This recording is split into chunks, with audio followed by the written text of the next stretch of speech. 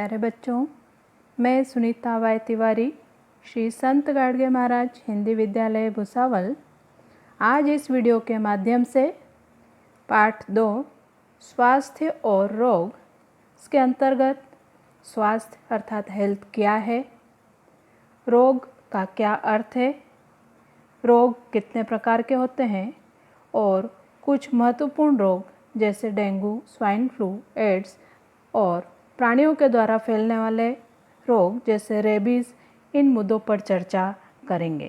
तो आइए देखते हैं स्वास्थ्य का क्या अर्थ है अर्थात हेल्थ यानी क्या। रोगों का केवल अभाव ही स्वास्थ्य नहीं है, अर्थात हमारे शरीर में यदि किसी भी प्रकार का रोग नहीं है तो उसे ही हम हेल्थ नहीं कह सकते हैं, अपितु हमारी शारीरिक, मानसिक और सामाजिक दृष्टि से भी हमें पूर्णतः तंदुरुस्त होना चाहिए और उसी स्थिति को स्वास्थ्य कहते हैं। अर्थात हमारी जो हेल्थ है वो शारीरिक तौर पर, मानसिक तौर पर और सामाजिक दृष्टि से पूर्णतः हेल्दी होना चाहिए, तंदुरुस्त होना चाहिए, तो उसे ही हम हेल्थ कहते हैं। अब देखते हैं रोग का क्या अर्थ है। शरीर की क्रियात्मक अथवा मानसिक दृष्टिकोण के अनुसार शरीर के महत्वपूर्ण जैविक क्रिया में रुकावट निर्माण करने वाली स्थिति ही रोग है, अर्थात जो दैनिक क्रियाकलापों में किसी प्रकार की यदि अड़चन पैदा होती है और हम बोलते हैं कि हमें आज अच्छा नहीं लग रहा है, तो ऐसी स्थिति को ही हम रोग कह सकते हैं। प्रत्येक रोग के अलग अलग लक्षण होते हैं और उसी आधार पर रोगों को निम्न अनुसार वर्गीकृत किया गया है। रोगों का जो प्रकार है उसमें 2 भागों में विभाजन हुआ है, एक है समय के अनुसार और दूसरा है कारण के अनुसार, अर्थात उनके सिम्टम्स जो रहते हैं, लक्षण जो रहते हैं, उस आधार पर उनका वर्गीकरण हुआ है। समय के अनुसार रोगों के 2 प्रकार हैं, एक होता है दीर्घकालिक रोग यानी जो लंबे समय तक चलता रहता है और दूसरा है तीव्र रोग। कारण के अनुसार होने वाले रोगों में पहला है आनुवंशिक रोग, अर्थात जो हमें अपने पीढ़ी से प्राप्त होते हैं, अर्थात आनुवंशिक तौर पर हमें अपने माता पिता से प्राप्त होते हैं तो उन्हें आनुवंशिक रोग कहा जाता है, जैसे डाउन सिंड्रोम। और उपार्जित रोग जिसमें संक्रामक और असंक्रामक रोगों को रखा गया है। संक्रामक रोग यानी एक से दूसरे को फैलने वाला रोग जैसे सर्दी, फ्लू, डेंगू आदि। असंक्रामक रोगों के अंतर्गत जैसे मधुमेह यानी डायबिटीज़ और हृदय रोगों को सम्मिलित किया गया है। तो देखते हैं कि संक्रामक रोग किस प्रकार से होते हैं। संक्रामक रोग दूषित हवा, पानी, भोजन अथवा वाहक, अर्थात वाहक कुछ भी हो सकता है, कीटक भी हो सकते हैं अथवा प्राणी भी हो सकते हैं, इसलिए इनके माध्यम से फैलने वाले रोग ही संक्रामक रोग होते हैं। जैसे कि चार्ट में आपको कुछ संक्रामक रोग दिखाई दे रहे हैं, जिसमें पहला है क्षय रोग अर्थात ट्यूबरक्लोसिस, जिसका जो कारक है वो होता है जीवाणु और वो जीवाणु है माइकोबैक्टीरियम ट्यूबरक्यूली।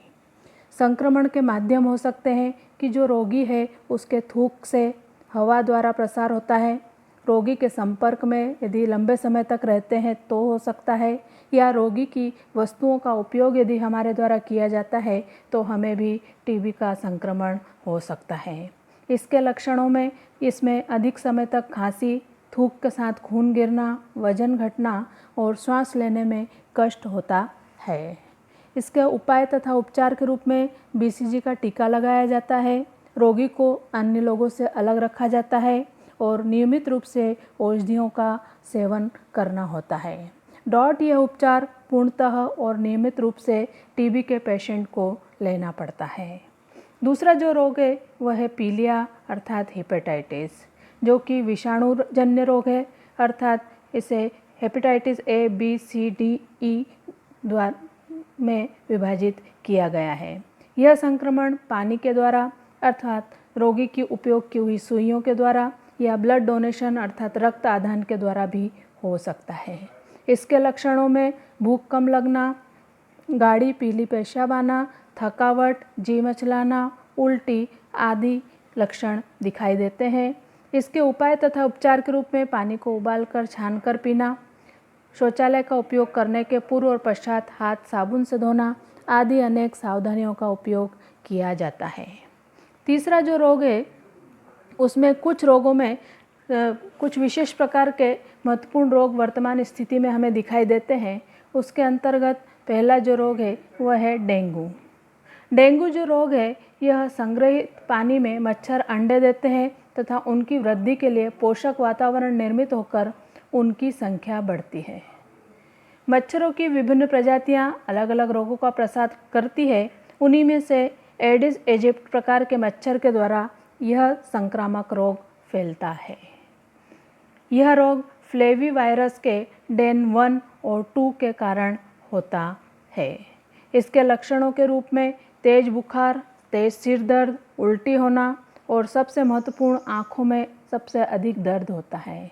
इसके अलावा ब्लड में ब्लड प्लेटलेट्स अर्थात रक्त पट्टिकाओं की संख्या कम हो जाती है, जिससे शरीर के अंदर रक्त स्राव भी हो सकता है। दूसरा जो रोग है वह है स्वाइन फ्लू। स्वाइन फ्लू का संसर्ग सूअर अथवा मानव के द्वारा होता है। स्वाइन फ्लू के विषाणु का प्रसार रोगी के पसीने से होता है अथवा नाक तथा गले के स्राव और थूक से भी हो सकता है। स्वाइन फ्लू के लक्षणों के रूप में दम लगना अर्थात श्वसन में रुकावट होती है, गले में खिंचखिंच और शरीर में दर्द आदि इस प्रकार के लक्षण दिखाई देते हैं। स्वाइन फ्लू के निदान के लिए रोगी के गले के द्रव पदार्थ का नमूना प्रयोगशाला में जांच के लिए भेजा जाता है। सर्वप्रथम मेक्सिको में इस रोग से पीड़ित रोगी को सबसे पहले देखा गया था। Swine flu influenza N1H1 virus के कारण होता है। तीसरा जो रोग है वह है एड्स। एड्स का जो फुल फॉर्म है AIDS एक्वायर्ड इम्यूनोडेफिशिएंसी सिंड्रोम। यह रोग HIV वायरस के कारण मानव को होता है। इसमें मानव की जो प्राकृतिक इम्यून सिस्टम होता है अर्थात प्राकृतिक जो रोग प्रतिकारक क्षमता होती है वह धीरे धीरे कम हो जाती है, जिससे उसे कई सारी बीमारियां घेर लेती है। एड्स का निश्चित निदान करने के लिए एलिजा नामक जो ब्लड टेस्ट होता है वह जांच की जाती है, जिसके द्वारा कंफर्म होता है कि यह व्यक्ति एड्स पीड़ित है। हमारे समाज में कई तरह के भ्रम फैले हुए हैं कि HIV ग्रस्त व्यक्ति को स्पर्श करने पर, साथ में भोजन करने पर और HIV ग्रस्त व्यक्ति की सेवा करने पर हमें एड्स हो जाता है, किंतु ऐसा बिल्कुल भी नहीं है। इसलिए HIV ग्रस्त व्यक्ति के साथ में हमें सामान्य व्यवहार रखना चाहिए। अगला जो एक और प्रकार का रोग है वो प्राणियों के द्वारा फैलता है और प्राणी विशेषकर कुत्ते, खरगोश, बंदर, बिल्ली आदि के काटने से होता है और वह रोग है रेबीज़। रेबीज़ एक विषाणुजन्य रोग है। इस रोग के विषाणु तंत्रिका तंतुओं के द्वारा मस्तिष्क में प्रवेश करते हैं और इस कारण रोगी को पानी से डर लगता है, जिसे जलातंक अर्थात हाइड्रोफोबिया भी कहा जाता है। रेबीज़ जानलेवा रोग है, परंतु रोग होने से पूर्व टीका देकर उससे संरक्षण कर सकते हैं। कुत्ते के काटने के बाद इस रोग के लक्षण 90 से 175 दिन में दिखाई देते हैं। इस रोग के लक्षण के अंतर्गत 2 से 12 हफ्ते तक बुखार रहता है।